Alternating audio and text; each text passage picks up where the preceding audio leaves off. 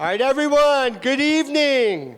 Good evening and welcome to the second annual Sex in the Dark at Queens College, an anonymous Q&A forum where you get to ask our panel of sexperts the questions that are important to you.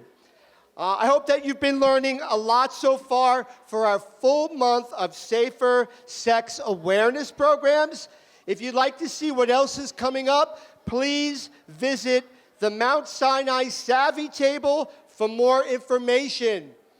We also have So Black, So Queer, So Beautiful next Wednesday at 6 p.m. in the Student Union Ballroom. So please go to the Glossa table tonight and get more information about So Black, So Queer, So Beautiful. And you can learn more about the prom. We have our annual Second Chance Prom coming up on April 18th. Go talk to Glossa. They'll tell you what the theme is this year. It's pretty exciting. All right. My name is J.C. Carlson, and my pronouns are they, them. I am your LGBTQIAA plus programs coordinator at Queens College and the associate director of the CUNY LGBTQIA plus consortium. The consortium, in partnership with the New York City Council and other amazing community partners like Mount Sinai Sexual Assault and Violence Intervention Program, generously supports programs like this one here at Queens College and throughout the City University of New York. And tonight's program is brought to you by the Mount Sinai Sexual Assault and Violence Intervention Program, SAVI, and the Queens College LGBTQIAA plus programs here at the college. This is the second year that SAVI and Queens College have teamed up to bring you this event. It was such a success last year that we had to do it again. So, has everyone gotten their raffle tickets? Yeah? And you saw all the amazing sex toys that we're raffling off tonight, right? All right, hang on to your side of those tickets because we're going to do the raffle right after the Q&A. All right, so I have the honor of introducing tonight's moderator and organizer of this amazing panel of sexperts that you are going to meet tonight, Emily Durand. Emily Durand, yeah, give it up. Emily Durand uses they, she pronouns and is the program coordinator and community educator at the Mount Sinai Savvy program. Emily is a queer and disabled non-binary educator from Mississippi, is one of the program coordinators at the Mount Sinai Sexual Assault and Violence Intervention Program, and where they facilitate non-judgmental, anti-oppressive, skills-based education with college communities like ours to prevent sexual violence. Emily began their work at Syracuse University as an activist and NASPA certified peer educator, where they advocated for more trauma-informed care and access on campus. After they graduated, they worked as a rural prevention educator at YWCA Dayton, where they provided prevention education, support groups, created an intervention program for those who perpetrate violence, and created a sexual health supply, delivery, and education program for their rural community. When Emily is not at Savvy, they are doing sexuality, can't say it, why can't I say it? Sexuality, say it with me, sexuality. Thank you. Sexuality education work and serving as social media manager for a therapy practice to make their social media more accessible. Outside of work, you can find them spending time with their partner and pets, reading, gardening, and cooking. With no further delay, I give you our longtime partner at Queens College and someone who has become my friend and a great support to many of you. Give a warm welcome to Emily Durand. Welcome to the second annual Sex in the Dark Anonymous Q&A Forum event. Like JC said, my name's Emily. I use they and she pronouns, and I am one of the program coordinators with the Mount Sinai Savvy program. I use they and she pronouns, and I'll be your moderator for this evening. So we're going to go through a few housekeeping notes. I'll introduce our lovely panelists, and then we will get started. Sound good? Does that sound good? Cool. All right. Sex in the Dark is a program designed with you all in mind. We believe in the power of shame-free, non-judgmental, and comprehensive sex education, but we know the topic can be a little bit difficult to approach because of the world that we've all grown up in, right? So tonight we're here to answer your questions about sex without any of the anxiety and all of the anonymity. To do that, we have a few measures in place to help you all out. So Sex in the Dark is running in 3 parts. The tabling, which you all have hopefully seen already, the panel, and the after party. If you haven't already, we encourage you to check out the tables in the front for free safer sex supplies. You can also sign up for free and confidential STI testing during the after party with the Mount Sinai Yes program, ACQC, and Northwell Health. And importantly, we have our registration table, which, like JC said, you should have gotten your raffle tickets if you haven't already, to potentially win free sex toys. We're offering 20 this year, so we're really excited about that. Part 2, the panel, is where you can ask your questions to our panel of sexperts, who I'll introduce momentarily. To ask your questions, we ask that you take out your device and use Slido. This is a little different if you were here last year. So to join, you can join in one of 2 ways, by scanning the QR code up on the screen, or you can go to slido.com/SITD2024. SITD stands for Sex in the Dark, if you forget. SITD 2024. If you don't have a smart device, we have a volunteer in the audience who can bring you a note card and a pen to write your questions. We got those up here for you.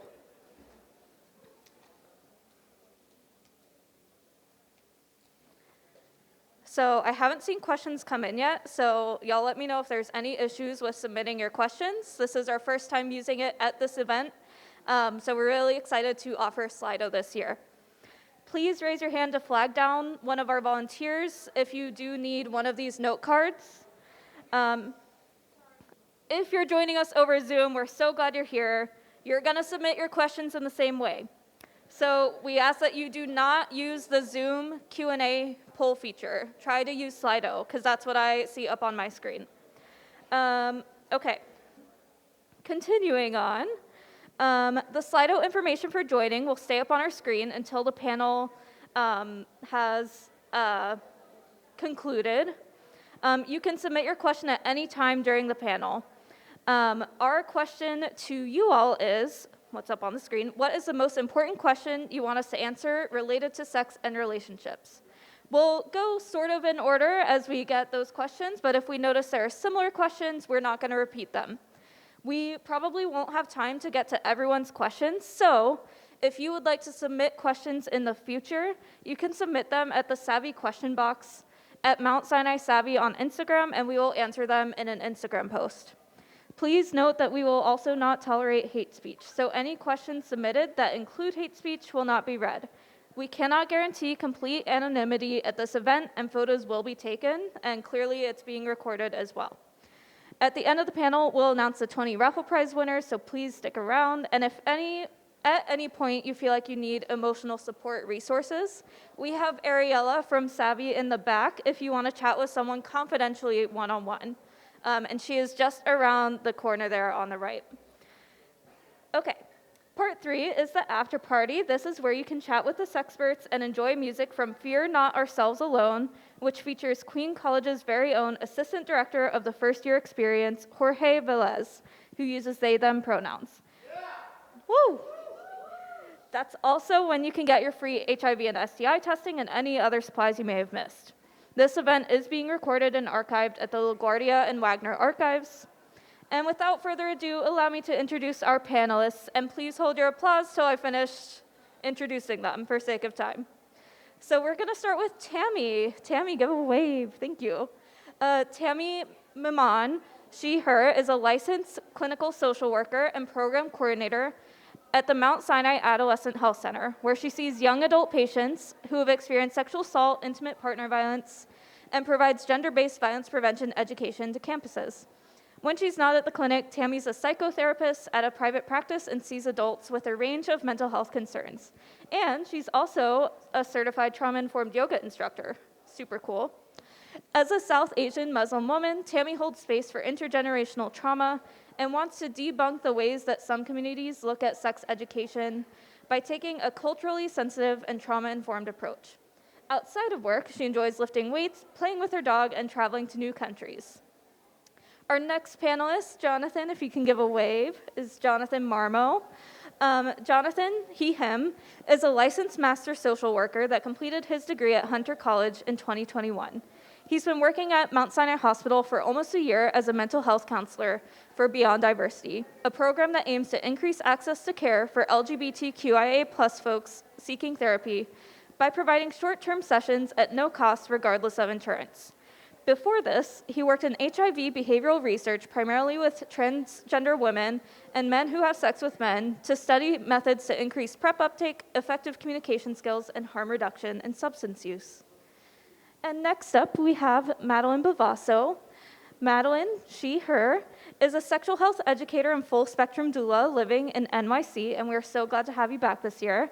She has a background as a health educator for young people living with HIV, and now works in the health systems improvement realm.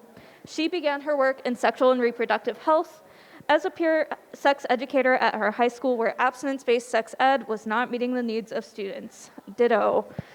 Throughout college at American University, she organized multiple reproductive justice campaigns and conducted research on birth control accessibility. Her passion for direct service work began as an abortion doula for the Doula Project NYC. Her focus areas include STI treatment and prevention, safer sex practices, reproductive access, and pleasure-centered comprehensive sex ed. She hopes to begin her MPH this fall. Good luck. And when not talking about sexual health, you can find her making floral arrangements or spending time with friends. Next, we have Laura Moya Adames, who uses she, they pronouns. They are a condom education specialist in the New York City Department of Health and Mental Hygiene's NYC Condom Availability Program, which you can find at a table in the back. With a master's in public health and 6 years of experience working in HIV prevention and health education, Laura is skilled at creating spaces that foster mutual growth and understanding when educating individuals and groups about safer sex practices. And last, but certainly not least, we have Francesca Giro, who uses she, her pronouns. She's supported Queens College students in counseling services since 1999 and has been a licensed mental health counselor since 2008. She was born in the culturally diverse Republic of Trinidad and Tobago and came to New York to attend college. She earned her undergraduate at Queens College and her master's in counseling and personnel services at Fordham. Francesca taught the peer counseling program from 2011 to 2023, and her areas of interest include working with adults with childhood trauma, multicultural issues in counseling, and group therapy. And she's currently pursuing her doctoral degree in clinical psychology. Awesome. So let's give our panelists a round of applause and a warm welcome.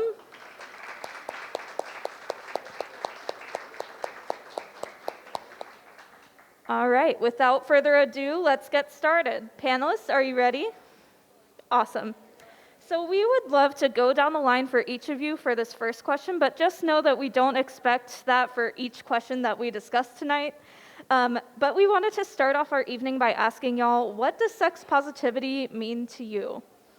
So who would like to go first? Whoever would like to go first can grab the mic and flip the little switch. Awesome. I'm not shy. Can you guys hear me?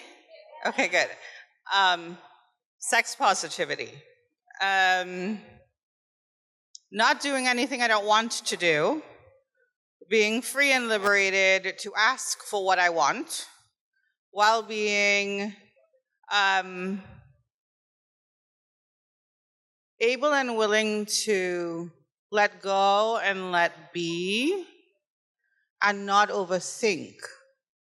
And to know that my sexuality and my sexual pleasure is something that I own, that belongs to me, that I choose to share, and do that unabashedly when I feel like, in the most responsible and caring way that I can. And that's what it means to me.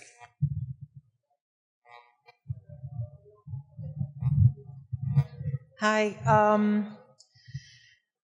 I think for me, sex positivity is the space that we create, that we allow ourselves and each other, in which we can discuss sex, sexuality, as an integral part of our health, and not only in medical terms, but also pleasure, also consent, away or free from the cultural, the religious aspects, our impositions that we grow up with, so that we can truly explore when and if we want to, in the ways that we choose to. Sex positivity to me is feeling comfortable in my body, feeling empowered, and removing a lot of the shame and stigma that comes with sexual activities.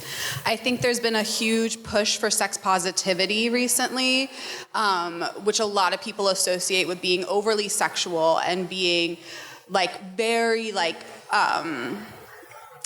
out there, but it's really meeting what you need as a person and expressing yourself with however feels most appropriate for you. Some people also use sex neutrality as well. So just really feeling empowered in my sexual choices and my health and reproductive choices, and feeling really safe as well. I think one of the most important aspects of making a sex positive space is to be non-judgmental. So to create space for the other person or people that you're even speaking with, and just creating that environment of positivity for other people as well as yourself. It kind of breeds confidence in other people as well as yourself to make sure you have a non-judgmental space. So I think that's really important in being sex positive, as well as the confidence to be able to enjoy the pleasure and discuss what is, what you want and what you need.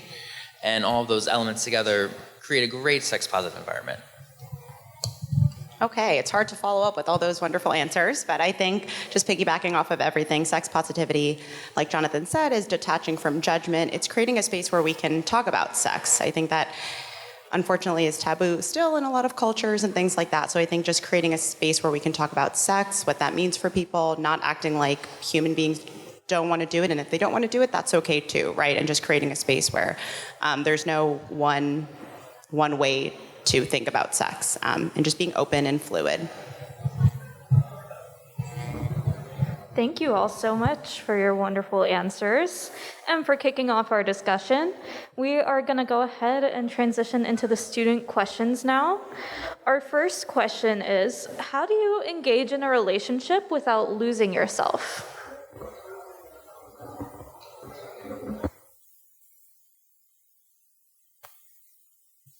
I think this is a wonderful question. I really appreciate starting off like this. I think it's a very important question, and I feel like a lot of people can resonate with this.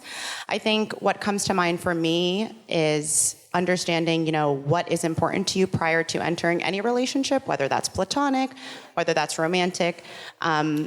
Getting a sense of, what you value, what you believe in, and holding a foundation for yourself prior to entering a relation with anyone. Like I said, I think it's important to get a sense of that, and feeling safe in your choices. And if anybody in your life makes you question that, maybe taking a step back and figuring out what's most important to you. You are the most important person in any relationship that you will have.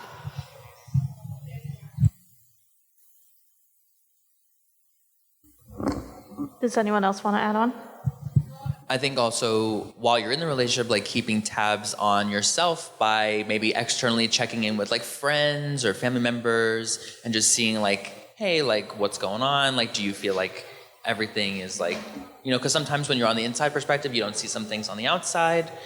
So keeping external tabs with other people as well as internal tabs with yourself of like, oh, am I still doing the things that I love to enjoy on my own? Am I still doing things that I normally would do, or things that are expected of me with other relationships that I have, because our relationship is, of course, not our only relationship that we've got.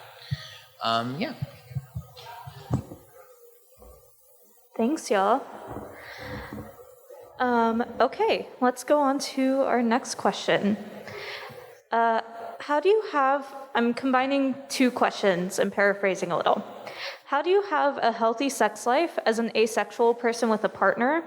And what do I do if my partner is more ace, but they want to be the one that starts stuff? I have a fear that we would never have sex again. And these are two separate questions, so. Okay, I'm going to try to answer both of these questions.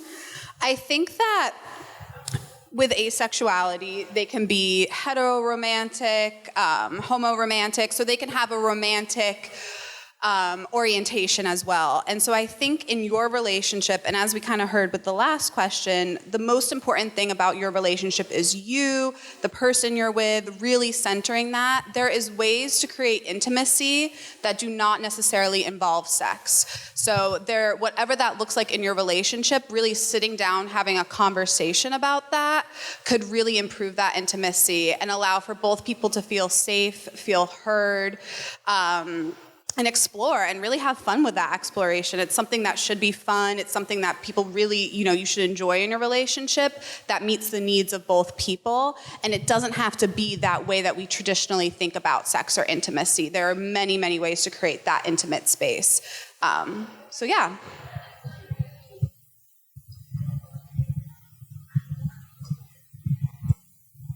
Okay, sorry, I keep grabbing the mic, but I just want to add on to what Maddie said about, I think the first part of the question asked something about like, how do I have a healthy sexual relation, something like that. And I think defining that prior to the relationship, sitting down and kind of defining what that means, right? Because that can mean a lot of different things for a lot of different people, especially if you do identify as asexual. So I think just defining that and, what a healthy sexual relationship means to you and to your partner. Yeah, thank you both. I think I want to add to that. Yeah, go for it.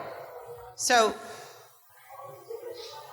one of the things that I've found, at least with some students that I've worked with, is that the art of conversation gets lost on us sometimes. We spend so much time on these gadgets that there's a muting of personal space, sometimes even personality.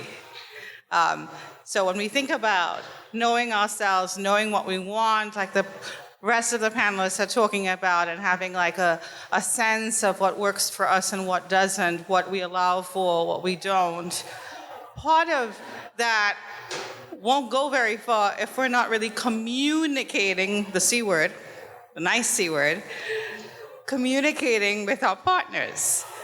They're not gonna know what they wanna, who they want to be in that room for us unless they tell us. They're not going to know who we want to be in that room with them and for ourselves unless we tell them. So sometimes before you get to the question of what intimacy is, there needs to be conversation. Love through conversation, respect through conversation and mutuality. And sometimes that facilitates the rest of it. The idea of the ease, when and how you choose to be intimate and what intimacy means, the ease of that becomes easier because you're talking with each other, not just at each other. Not just keeping it in here and hoping they figure it out, not just posting it on social media with memes and figuring out, they'll get a clue, but by just really expressing it. So I think that's like the first hurdle that we kind of need to learn to do again. A lot of us have sort of lost that art. All right, thank you so much for adding on to that. Our next question is, and I'm paraphrasing here and kind of combining some things, is there something wrong if someone is totally horny and wet, but they can't fit 2 fingers inside of their vagina?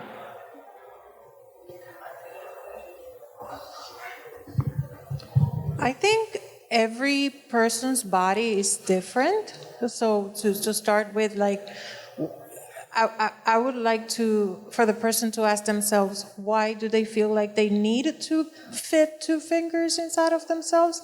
If that doesn't necessarily feel good.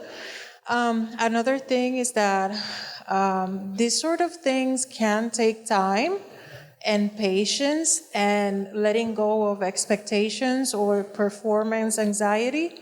So focusing more on breathing and what you're feeling and how you're feeling about what you're doing, and less about what choreography should happen.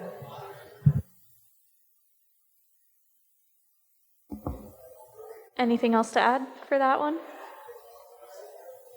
Okay, awesome. Thank you so much.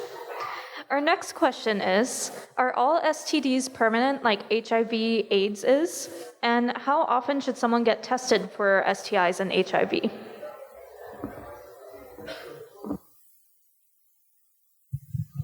So backing up a little bit, we are now referring to sexually transmitted infections, STIs, instead of STDs, sexually transmitted disease, to point to the fact that an infection can be managed and reverted.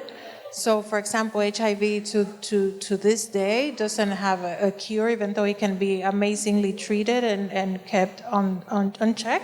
But majority of STIs can be cured, yes. Yeah, and I think in terms of testing, it's always good if you do have a new partner.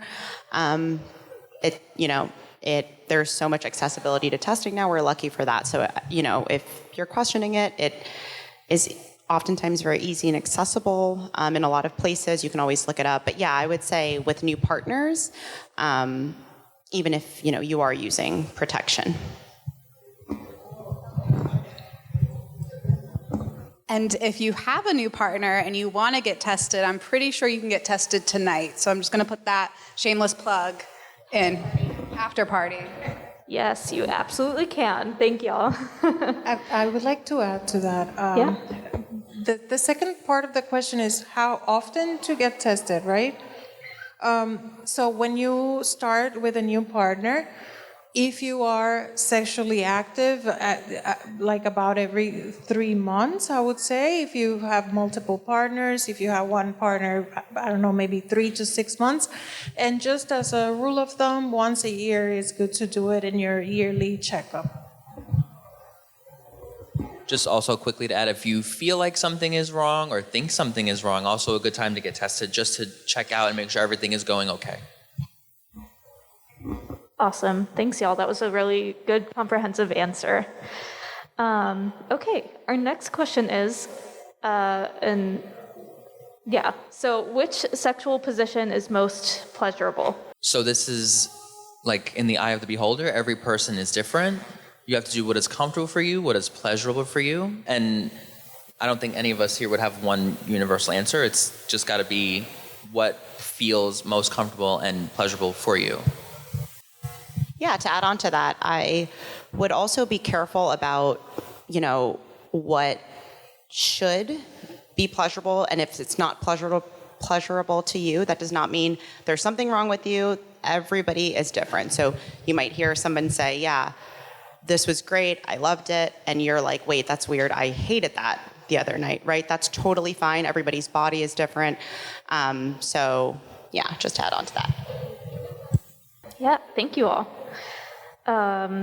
Okay, so this next question, I've combined 2 questions again, and I want to acknowledge that open relationships and polygamy are not necessarily the same thing, but I felt like they're kind of getting at a similar question. So the first part is, most couples are having an open relationship. How do I know if this is something for myself and my partner, and how do I have this conversation if this is something for us? And the second part is, I'm currently in a polygamous relationship. How do I make sure no one gets jealous? Francesca was pointing at communication in the first question, And if it's challenging sometimes to communicate with one partner, I want to encourage you to consider how difficult it's going to be juggling communication with multiple partners, because we ideally enter every relationship with a level of responsibility for ourselves and for everybody involved. So those are with I guess with more fun comes more responsibilities, where I want to point to, if anybody would like to add to that. Thank you. Anything else to add? Just commenting on the jealousy piece of that question, I think it's perfectly natural and common that jealousy is part of some of these things that come up, whether it's an open relationship, whether it's a polyamorous relationship. It's a real thing that goes on, and as mentioned already with communication, ongoing communication is important, maybe setting up check-ins, maybe if you're feeling something, not holding it up here too long, of course sharing it with your partner or partners, just to make sure that everybody's kind of checking in and confidently okay with the agreement that has been set up already. I would like to add that even though jealousy is a real and very valid feeling, and that also communicating can be hard, that shouldn't be a reason to omit information or to hide information. It's very, very important to have those conversations and make sure that everybody's comfortable with what's going on. Yeah, sorry, I thought that I saw Madeline take the mic, so awesome. Thank you so much for answering that. Okay, so the next one is also kind of a two-parter. How do I minimize the risk of pregnancy while finishing inside if someone's already using the birth control pill? And how long does it take for a pregnancy test to detect a pregnancy after sex? Could you repeat the first part of the question, please? Yeah. So the first part is, how do I minimize the risk of pregnancy while finishing inside if someone's already using the birth control pill? And how long does it take for a pregnancy test to detect a pregnancy after sex? Okay, I'll tackle the first question. You can use a condom. Either partner can use a condom. That can mitigate some of that risk. I will say many contraception methods are great. The birth control pill, like all forms of contraception, does have some risks. So, unfortunately, even if you're taking it at the same time every day, like your doctor tells you, there is a little bit of risk. So adding a condom on top of that would not hurt if avoiding pregnancy is what your goal. There are options, because Emily did mention in the question, I think, that the person would ejaculate inside their partner. Yeah. So in that case, the person wouldn't be using a condom. I think maybe IUD, and what's the name? Intrauterine? The intrauterine devices. Sorry, y'all. Can we make sure that we're speaking into the mic so that everyone can hear? Well, an intrauterine device, if it is allowed, is a nifty way of having some form of protection against pregnancy. I will say that, pregnancy. Not the idea of developing an infection if a partner is a carrier or ill.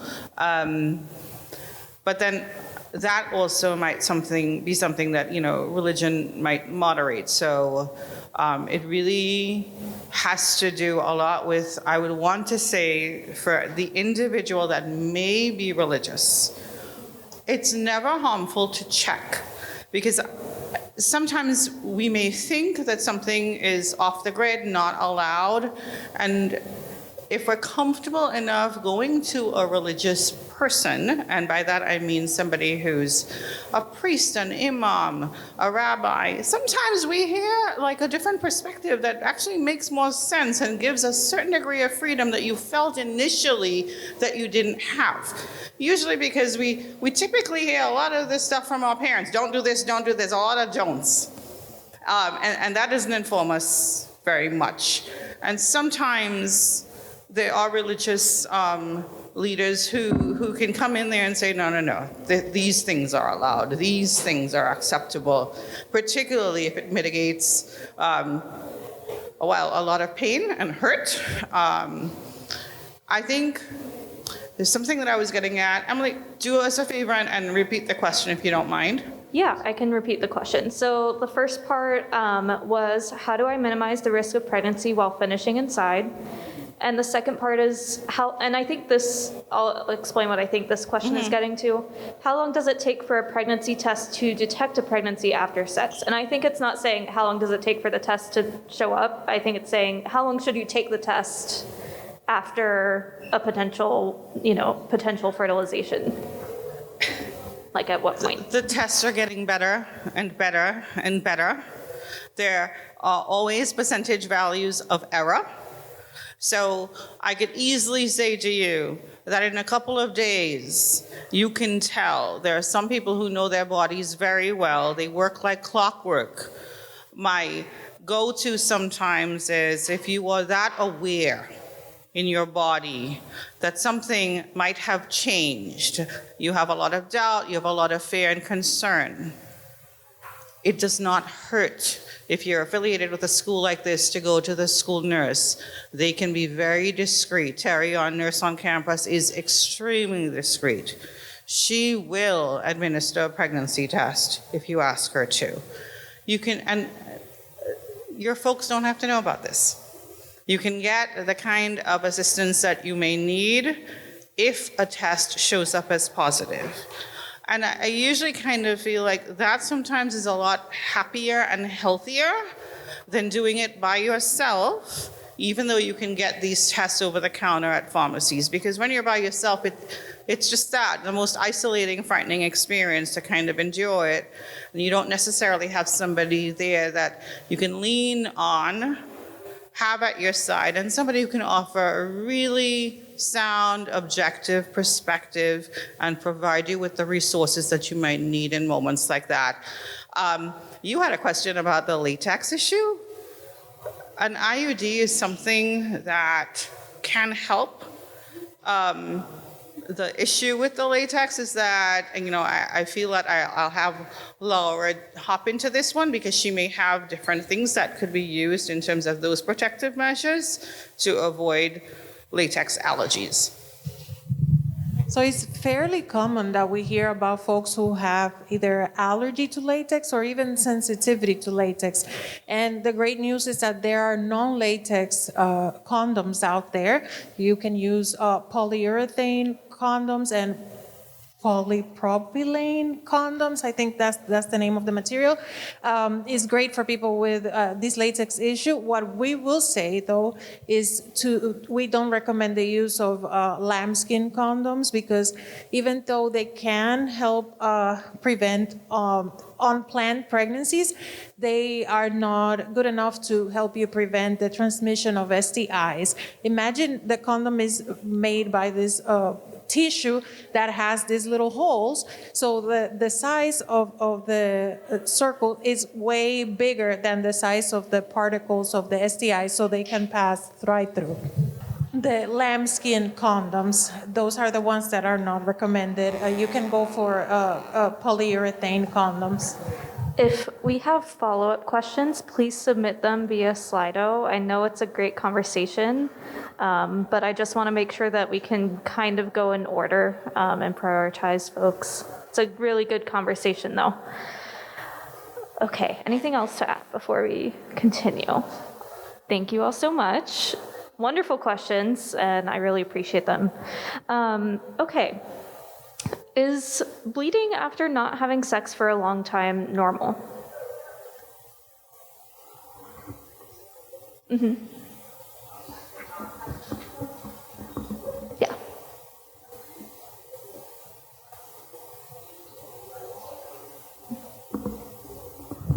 Okay. So the question is bleeding, sorry, I'm going to repeat this, is bleeding after not having sex for a long time normal?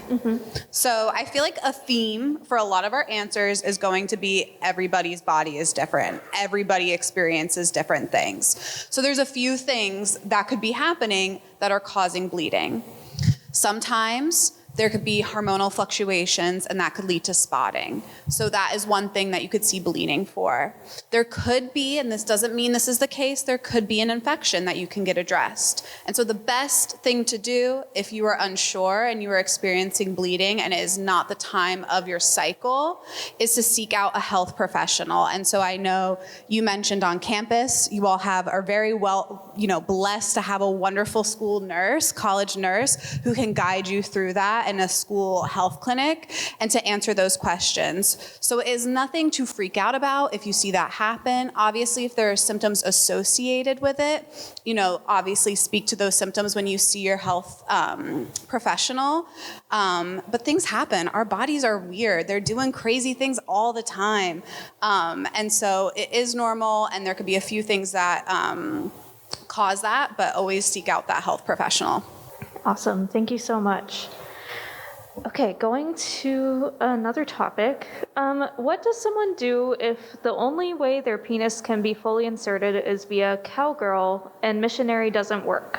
What can someone do if the only way their penis gets erect is in cowgirl's position? They specifically say if it can only be inserted that way fully. Okay. So however you want to interpret that question. Then again, it's a common thread to all the answers about how every person's body is different and every person's choices or possibilities are different.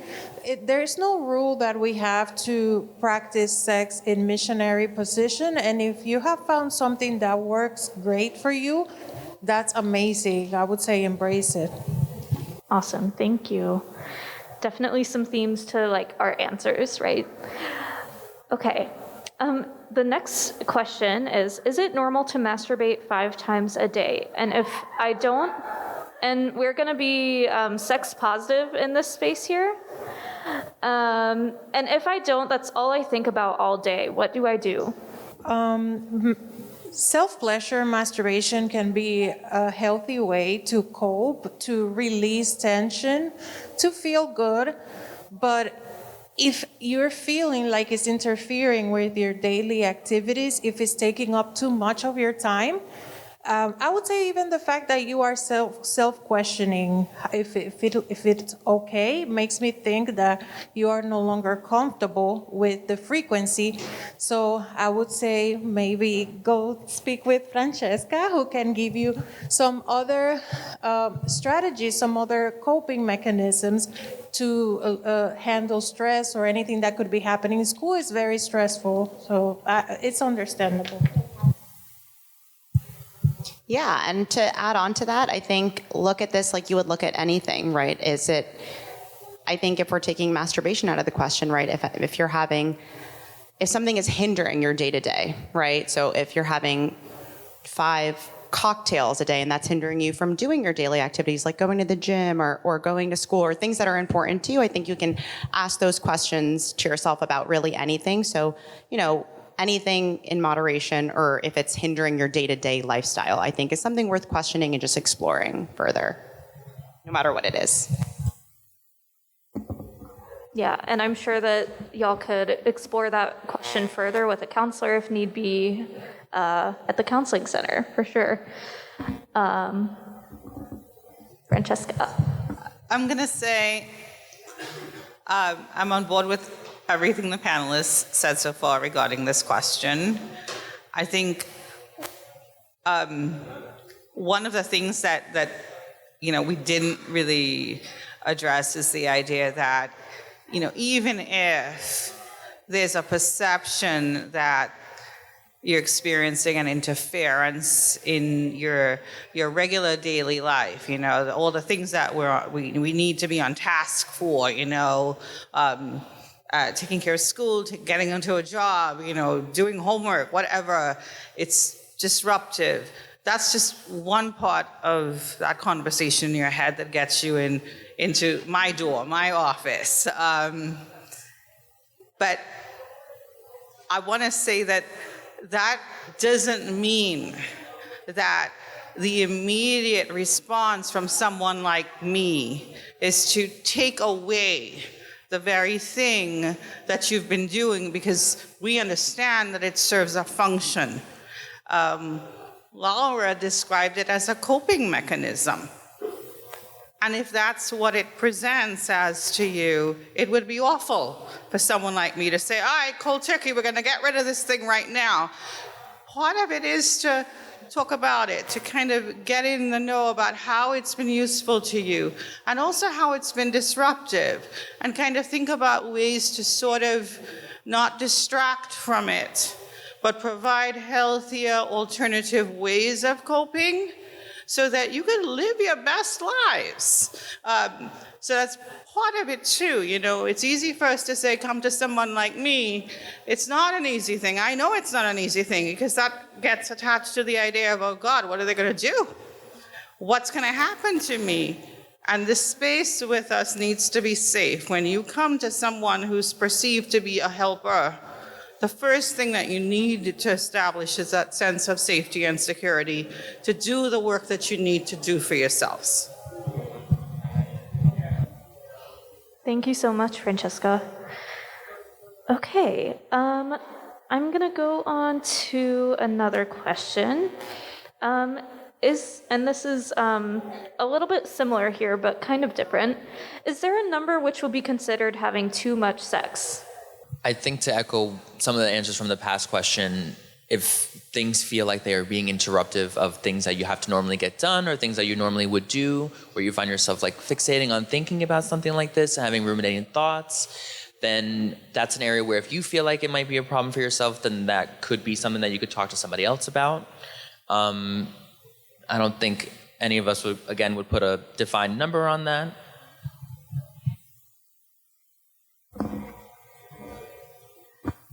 Just a small thing to add to that, right? I think observing with yourself, is this feeling pleasurable? Is this feeling like a distraction from something else potentially? You know, like Francesca said, I think when we talk about coping mechanisms, oftentimes there is something there that perhaps we're not ready to maybe talk about or face. And again, like going to a counselor and talking about these things, we're not just going to take the thing away from you, right? We're going to find coping mechanisms that work for you that aren't hindering your day-to-day. And again, there's no right or wrong number, but I think, you know, if you're missing work and missing school, maybe this is something to say, okay, you know, maybe I have to zoom out and wondering, is this enjoyable for me, or is this about something else potentially? Yeah, thank you both. Okay. Okay, my next question is, how do I give my partner space when they feel like I take up all their free time and they want me to be happy, but I want them to be happy and do their thing too? This is complicated, and I feel like this must be a common concern for students, so I thought I would bring it up. So hard to find balance. Yeah. How do I give my partner space when they feel like I take up all of their free time? Is the general gist of the question. Well, I guess I'd want to know if they're telling you that you're taking up all of their free time, or if this is just an assumption on your part, and then if it is, how come? You know, what's happening there? What might be the silent cues that you're perceiving that gives you that impression? I think sometimes we're not quite sure how we are with another person, and it's okay to find out. Unless it's spoken very loudly and clearly that you are in some way, by way of whatever relationship you have with someone, interfering with their daily process, and they communicate that with you, well, in some ways it's a them problem that they might need to work out, but it's also a you problem because you're in that space with them. You're in partnership in some way with them for this news to come to you. So the question then becomes, well, How do you participate in working through that in the most understandable way possible without compromising yourself? That conversation should not make you feel bad.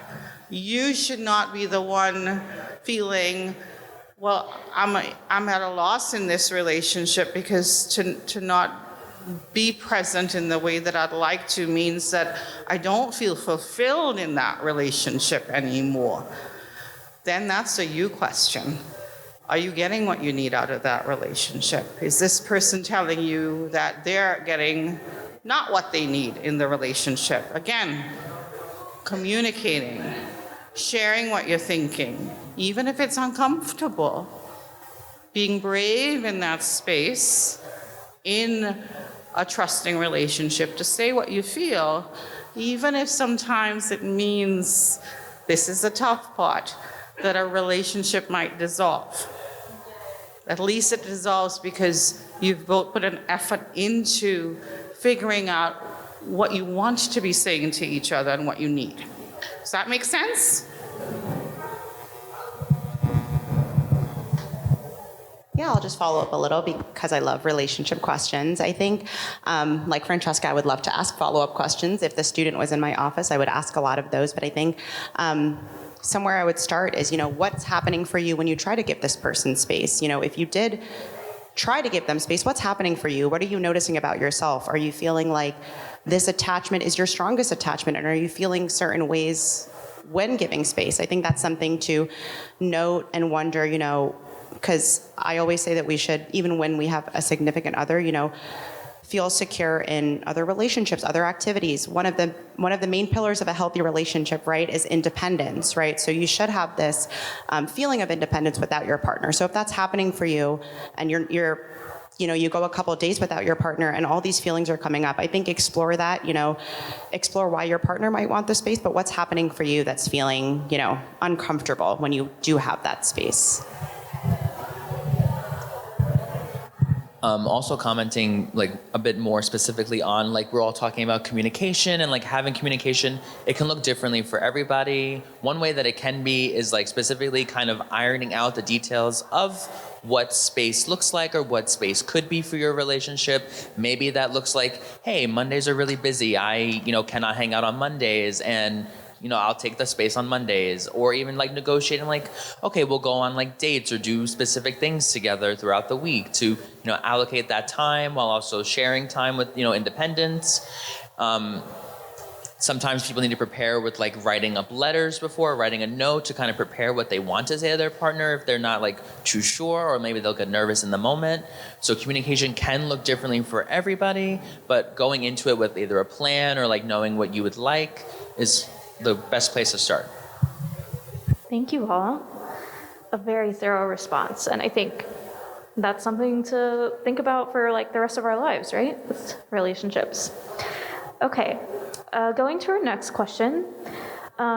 Is it okay or safe to give someone a blowjob after the penis has already been in someone's anus?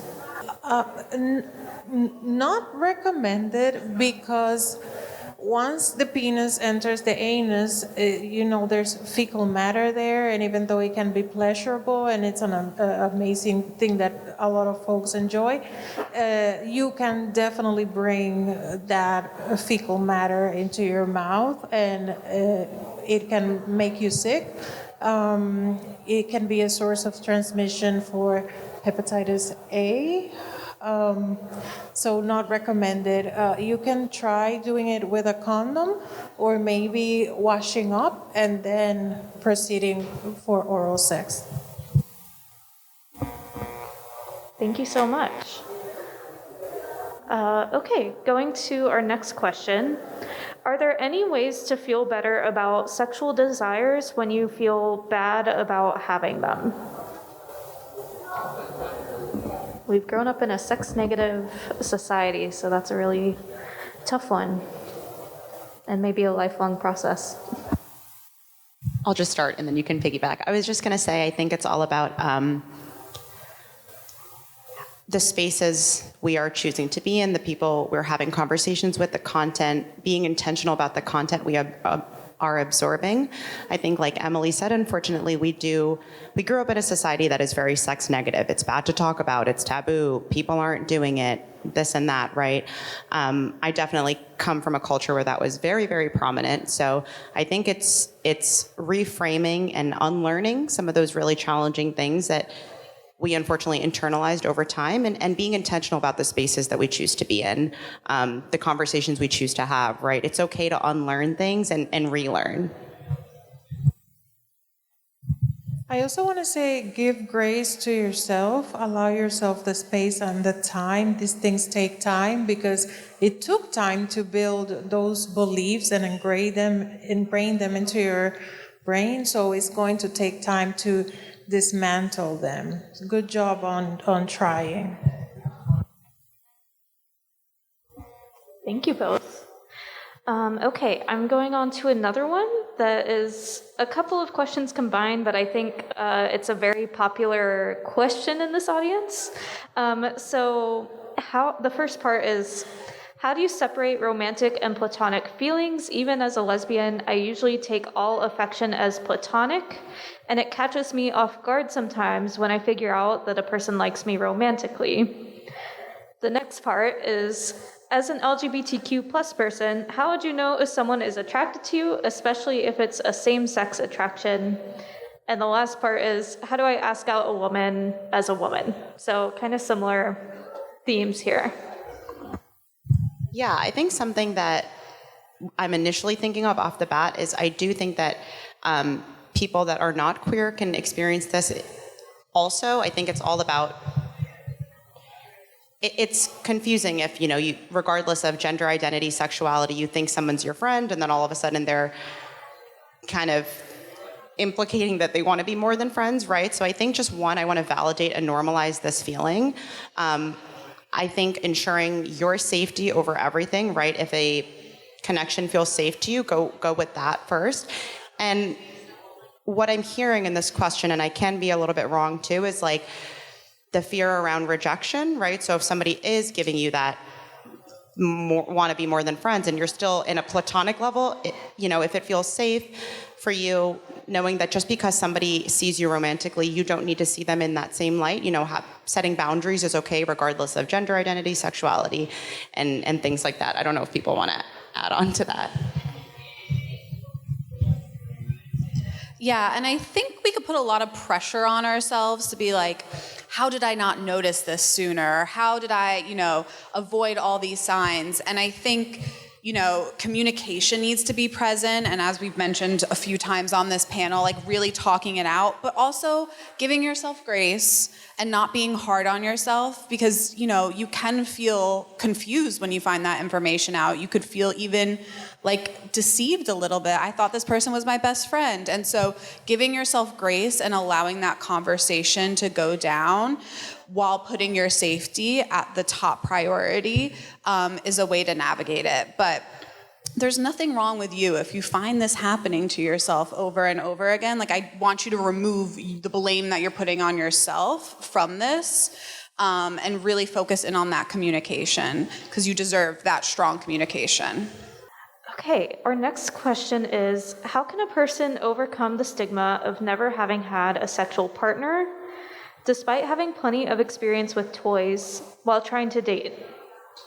So basically wondering, how do I deal with this if I've never had a sexual partner? How do I overcome stigma? Me again.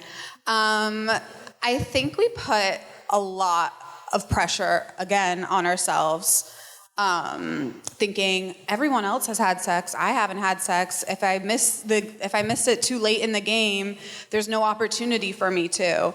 That's not the case. There are people who have such a wide range of experiences, different from you, more than you, less than you. It doesn't make you a better partner. It doesn't make you a worse partner. And really centering yourself while dating. You can choose to disclose that information when you're dating somebody. It's what you feel comfortable with, prioritizing your safety, all these things that keep coming up. But I just want you to know that you're not the only person who hasn't had this experience in life. Like, there are a lot of people. And finding that partner that you do feel comfortable communicating that with and exploring that with and having that journey with is a great way. And continuing to explore with yourself, using toys. There is nothing wrong with that. That gets you to really know your body in such a good way, and it sets you up almost for success when you do start having sex with other people. Because you know yourself really well, and that's great. That's the most empowering thing you can do. Thank you. Okay. My next question is, I got a couple of questions similar to this. So what can I do if I don't like condoms or I find them uncomfortable? And I'm paraphrasing a little after combining them. I was just going to say, I think it depends what. I have a lot of follow-up questions to this, but since we don't have that opportunity, I think it's what if condoms are not comfortable to you, what is your intent? What is your goal? What are you trying to avoid? I think that's all I was going to say. I don't really have more to that, but I think it depends on, what's most important to you, right? If you're trying to avoid pregnancy, for example, exploring other forms of contraception that are available to you, right? If you're in a heteronormative relationship, like a condom for the other partner, things like this, and just exploring, all the other forms of contraception that are there and what aligns with, your intent and your goals. I think I'm curious about why condoms don't feel comfortable to this person, if it's about latex sensitivity, if it's about the size of the condom, if it's about maybe not using the proper lubricant to go with it, like if there's any techniques that are missing. And I hope that if you're here tonight, you can go visit the table of the New York City Department of Health, shameless plug. We have such a wide variety of condoms. We even have the Vanish. It's called Vanish because it's not even there, while at the same time it gives you 100% protection, just like any other condom. We have textured condoms that enhance the pleasure for the person who's receiving the penetration. And we have endless amounts of lube there. There's no such a thing as too much lube. So maybe there are things that you have yet to explore. We have heard so many stories of people who were going about using condoms not the right way and had less than perfect experiences, but it's like riding a bike. Once you learn, it only gets better. So give us a visit.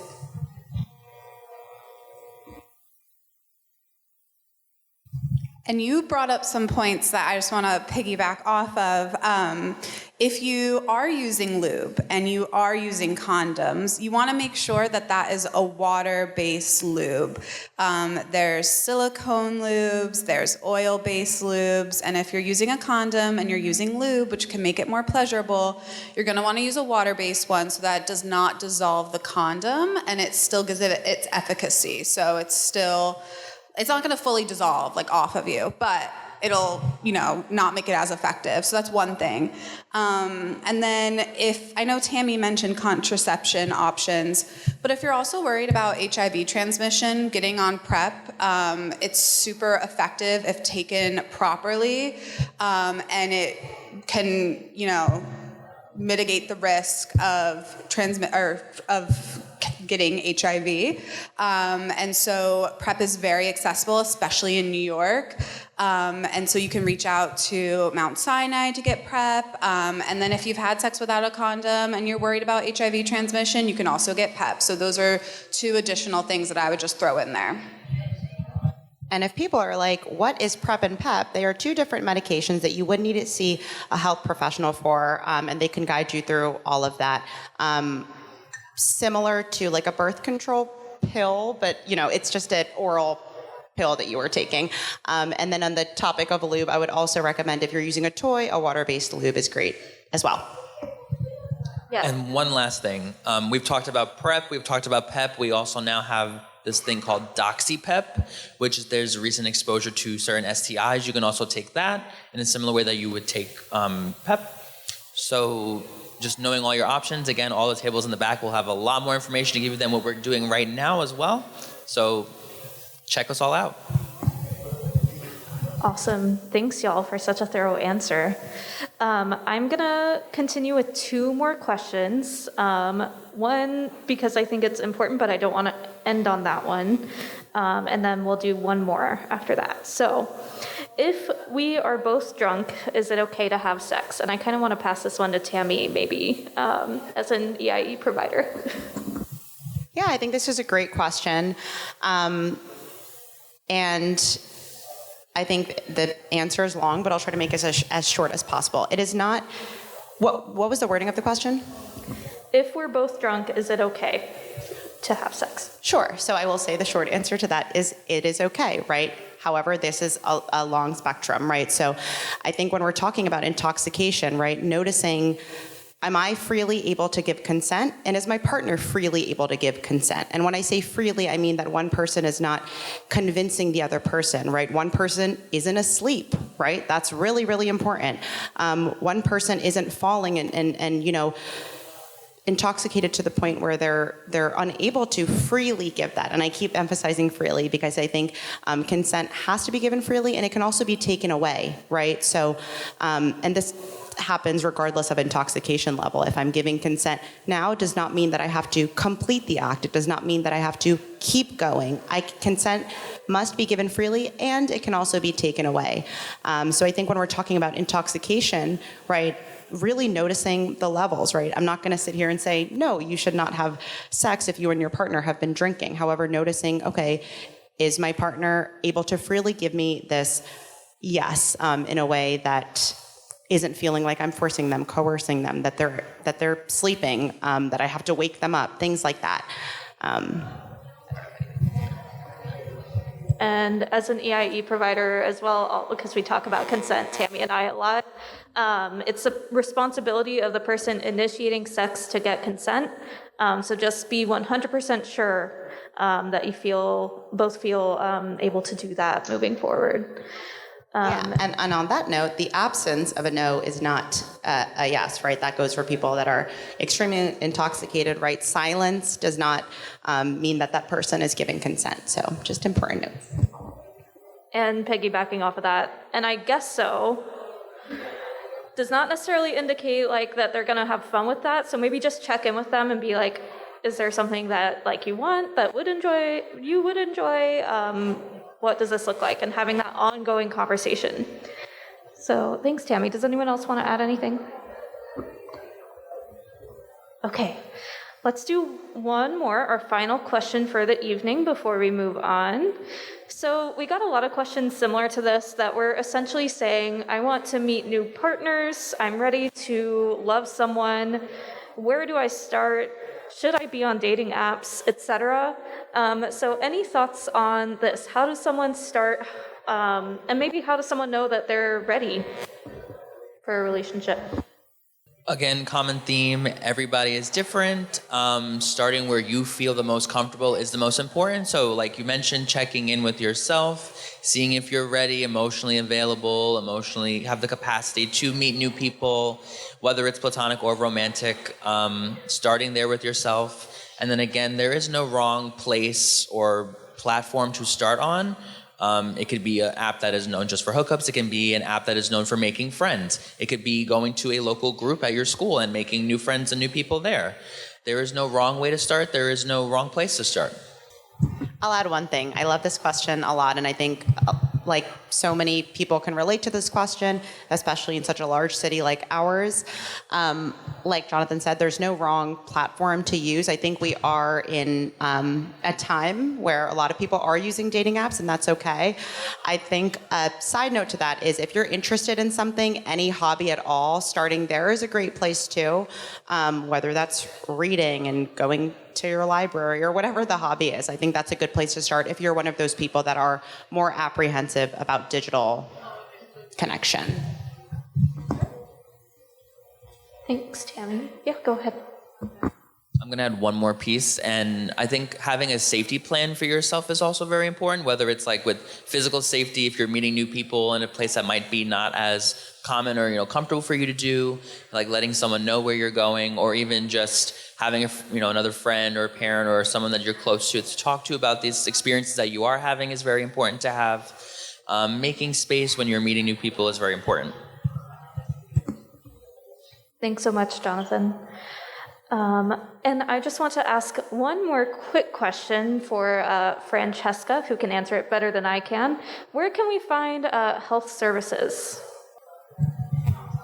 3rd floor, Freeze Hall. Who knows where Freeze Hall is? That's not a lot of people.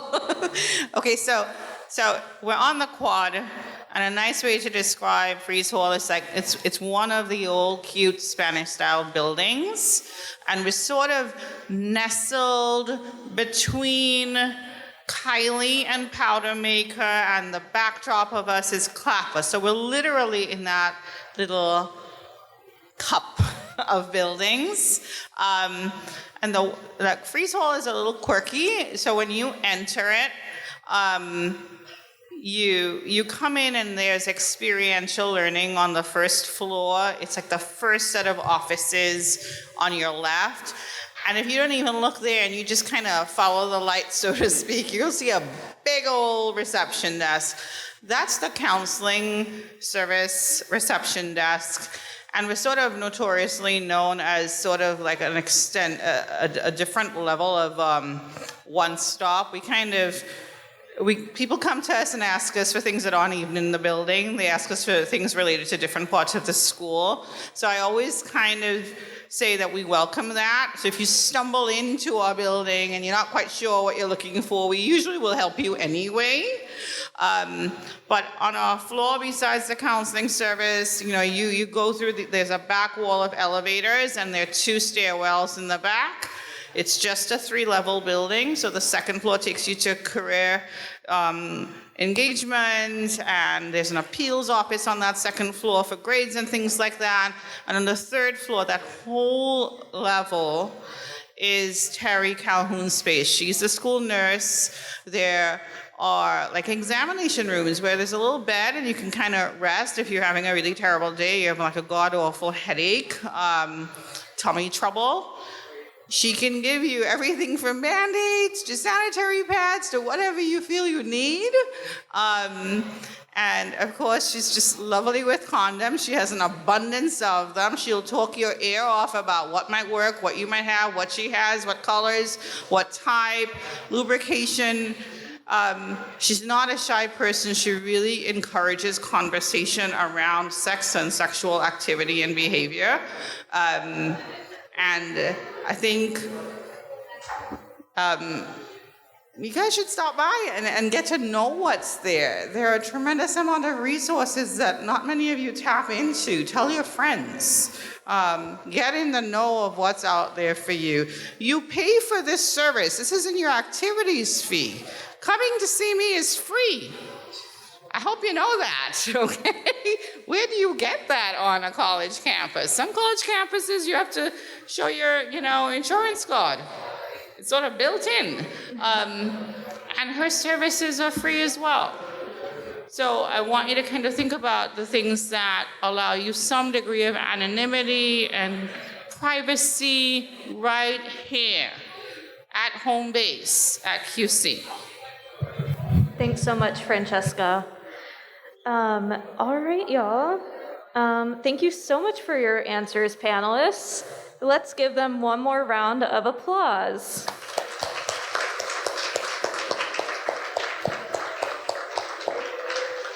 And I also second that recommendation for Nurse Terry. She is wonderful. And if you expressed a medical concern in one of these questions, definitely go see her. All right, so thank you all so much for being here this evening.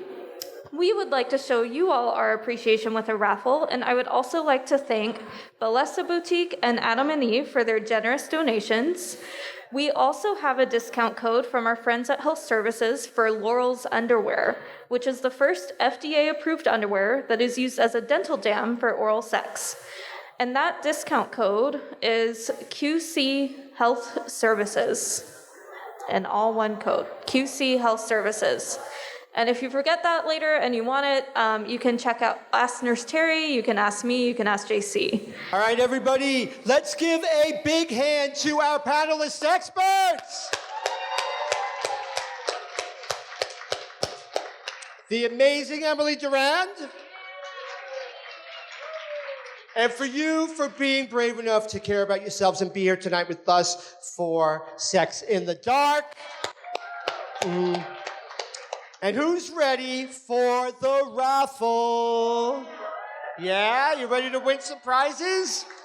All right, so this is the last call. Last call to go put your tickets in for the raffle, okay? So you have about 20 seconds. That feels like a long time when you're at the podium. All right, so do it. I see people finishing up. Let's get those raffle tickets in the baskets. And in the meantime, what I'm going to do is I'm going to call up a couple of folks that are going to assist us with the raffles. I'm going to call up Jonathan Gomez, and I'm going to call up Ashley Quatlaquato. And here they come, and you need to know who these people are.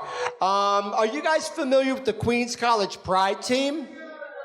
Yeah, all right. If you know about the Queens College Pride team, make some noise. Exactly. We have some amazing student leaders that work alongside the Gender, Love, and Sexuality Alliance, and they work with me in leadership roles to make sure that you have opportunities like this. So Jonathan is our student volunteer coordinator. If you want to get involved with the Pride team, Glossa, or Queer Life at Queens College, make sure you connect with Jonathan tonight. And Ashley is our social media manager. So all that great stuff that you're seeing at Queer at QC on Instagram, well, you can thank Ashley for that. So thank them both for their hard work. We have Vern out there, who is our graphic designer. There's Vern. Vern has been taking photos and videos all night. And yeah, we have lots of great ways that you can get involved. So see Jonathan, see Ashley, see me. All right, so I think we're ready to start bringing some of those prizes up. Grace, Vern, let's start bringing those prizes up.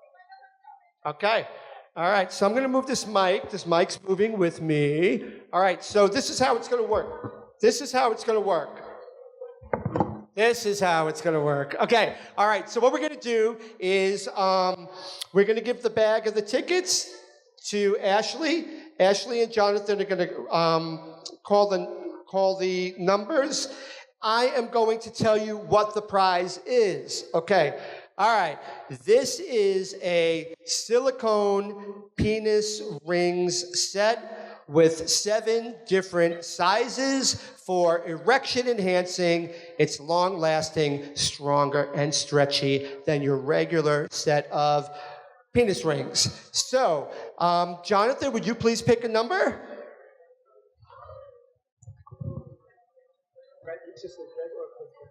We got a red ticket. It is 8237212. I repeat, 8237212. Going once, going twice. Oh, we got it?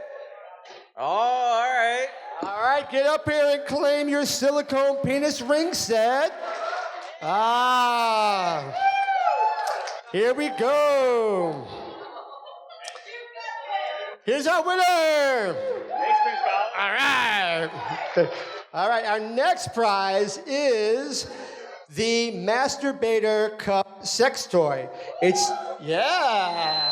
is textured with 7.5 inches depth. It's lifelike, soft, and it's fleshy. All right, let's get it. What's that number, Jonathan? We got a pink ticket for 505-9745. I repeat, 505-9745. All right. Let's see that ticket. Last few numbers. You got it. There you go. Enjoy that. All right. Our next prize is the vibrating penis ring. It is super soft and it enhances your pleasure. It's triangular. It's a triangular silicone ring with 10 intense vibration modes. All right. What's that number?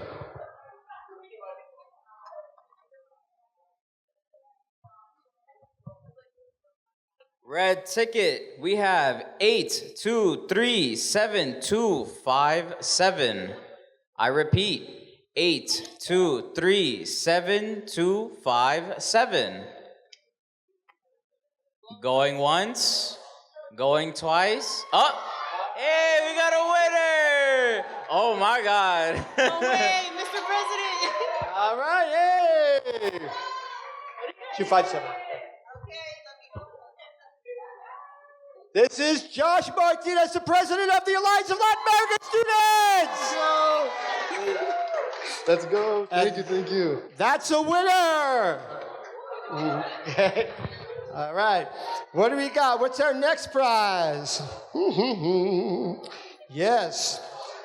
This is an automatic penis masturbator, a sex toy with 4 rotating patterns and 3 speeds. Getting feedback here. Wow. Okay. All right. Automatic penis masturbator. Let's do it. We have a red ticket for 823727. I repeat, 823727. Uh-oh. Drea Griggs from Northwell Health and the editor-in-chief of Trans Vibin magazine. I got this for my boyfriend. Up. Who'd you get it for? For my man. Yep. That's a winner. There you go. You better make Pappy happy. All right. That's it. Yeah, let's shake it up. Let's shake it up, Ash. All right. We're on number 5 already. Okay. This is a pocket stroker designed with 3 finger holes for easy grip. Can be held in your or your partner's hands. All right. Dig deep. Okay, we have a red ticket for 823714. I repeat, 823714. Up, here we go. Adrian Morel. And 413. Let's see. Yep, that's a winner. There you go, Adrian. Thank you. Thank you. Okay. A lot of people had their eye on this one. All right. I don't know if they still have Super Bowl fever, but this is the football. It's a vibrating, open-ended, 3D textured penis pleaser. All right. Let's dig deep, Jonathan. Hike. There's a lot in that bag, right? Yeah. All right, good. We got a pink ticket for 5059332. Right? Oh. Bless you. Yeah. 9. All right, Alina. Let's see. 332. 332. Play ball. There you go. There's another satisfied customer. All right. All right. We have the +1 prostate massager. Oh. Whoa. That's me. Prostate massager. And it promotes prostate health. It helps strengthen pelvic floor muscles. It's a slim design for comfort, and it's waterproof. All right. Mm-hmm. That's what's up.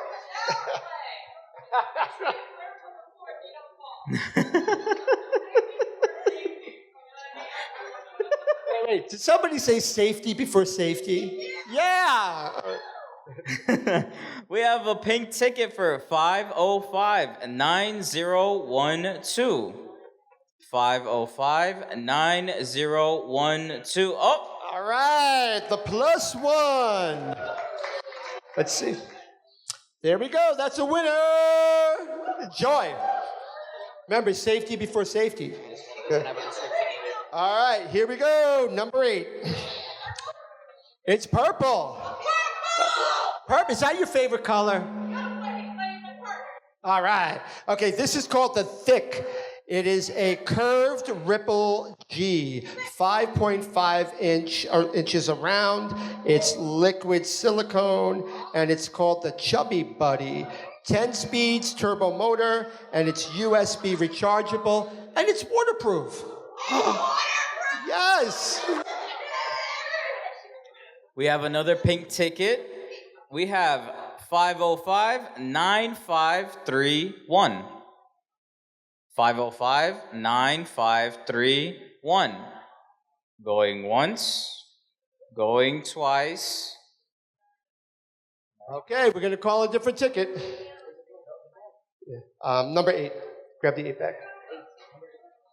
Yeah. Okay. Another pink ticket ending at 9572. 505-9572. Oh no, it seems like whoever had this one left. Yeah. It's the right Yeah. bag. All right. All right, one more time. One more time. Third time's the charm. All right. Another pink ticket. 505-9171. 505-9171. I am shaking the bag. What? Yeah. All right, so show us one of them.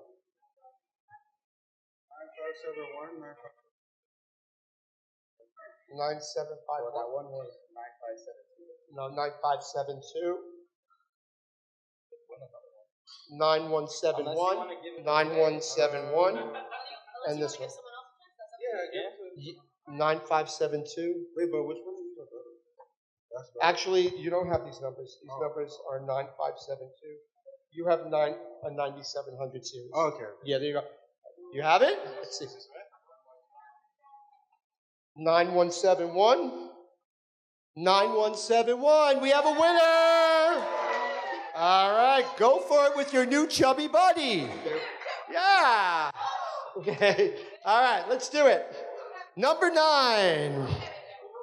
Creature Cox Xeno Egg. It's a glow-in-the-dark silicone egg, and this glowing egg is ready to invade. I'm sauteing this bag. That's some marketing right there. Okay. Number 9. Okay, I got a red ticket for 823-7453. Red ticket 823-7453. Where are these people? Is no one paying attention? All right, next. I'm doing this fast now. I'm not giving it time. All right, we're going to pull another ticket. Pink ticket 505-8955. 8955. Pink ticket. Oh. All right. Come get your creature. There you go. Let me see. I'm sorry. Wait, I didn't check it. Excellent. Excellent. All right, cool. Number 10, we have the Be Thrilled Wand Deluxe. It's a rechargeable, vibrating wand. This is a rowdy crowd over here. I like this crowd.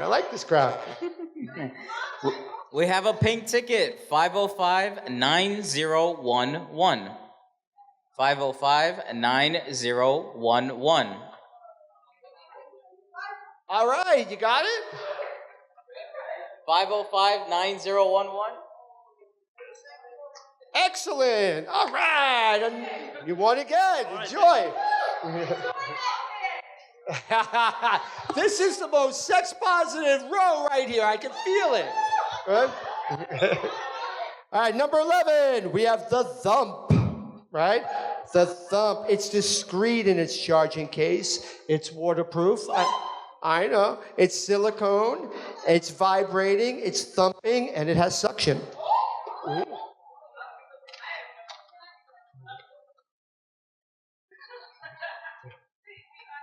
We have a pink ticket for 505-9430.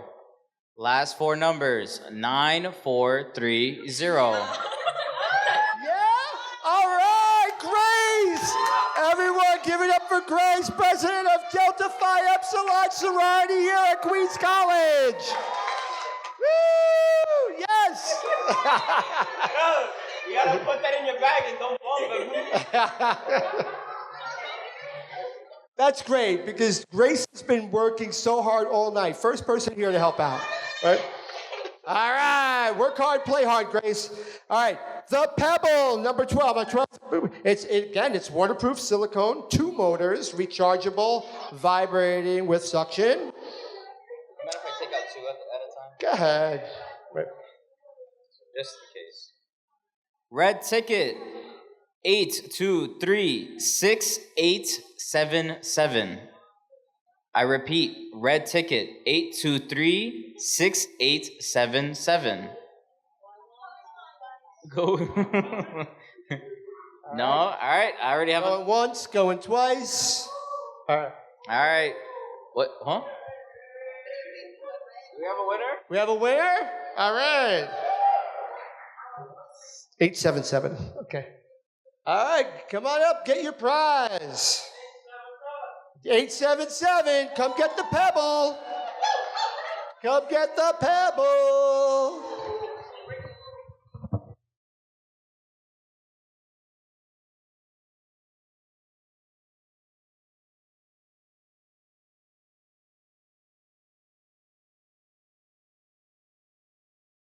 Congratulations. All right, number 13, we have the Sugar Pop. It's got an air pulse, and it looks like a clitoris stimulator.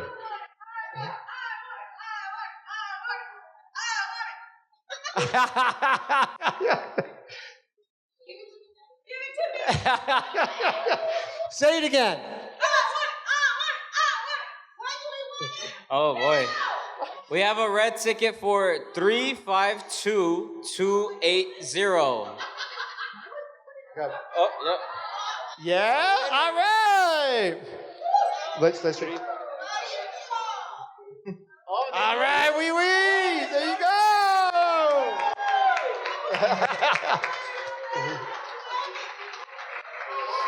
Yeah. Give it up for wee wee. All right. This is a whole bunch of stuff. You get a set. This is the Naughty Bits Couples Kit. The Naughty Bits Couples Kit. All right, let's do it.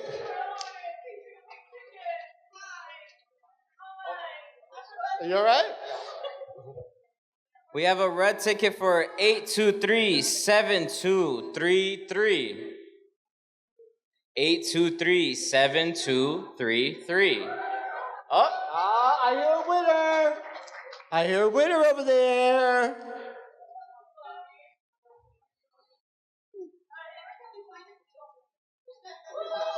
Ah! Here are your naughty bits. What's that? There you go. Enjoy those naughty bits. All right. Number 15, we have the Love Buzz. It's a super-powered massager, rechargeable vibrator with finger cradle.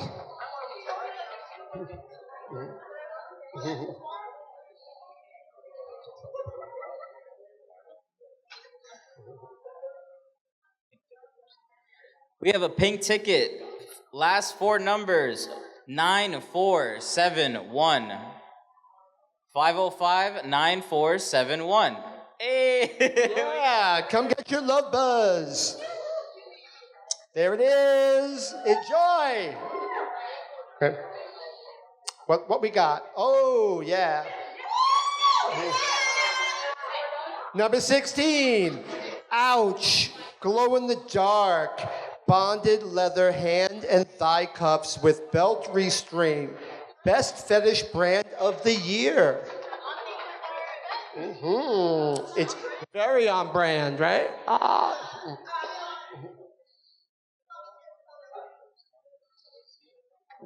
We have a red ticket for 8237468. 8237468. Oh, yeah. Is that Ted?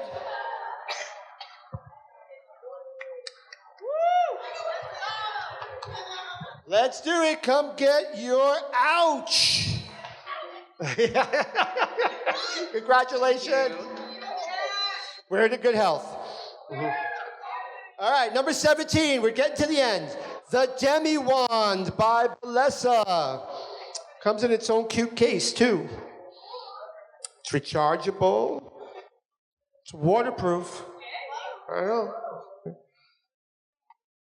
We have a red ticket for 8236899. 8236899. No one? Oh, yeah, we got one. All right, we have a winner.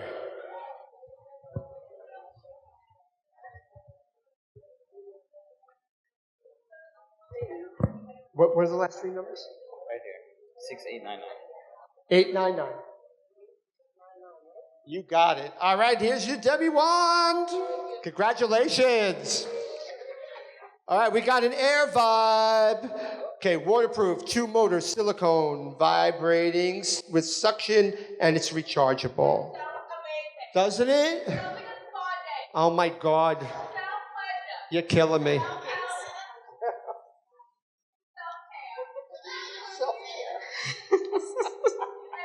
Oh, we have a pink ticket for 505-9565. 9565. No, going once, going twice. No, there we go. I already have another ticket here. 505-9215.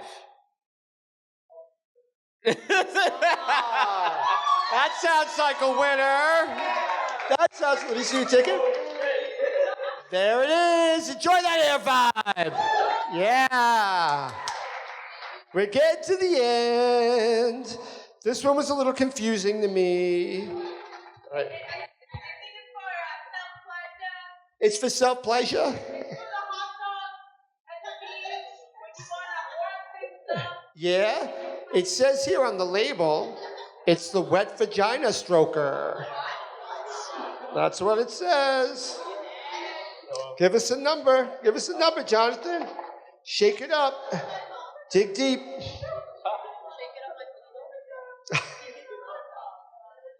All right.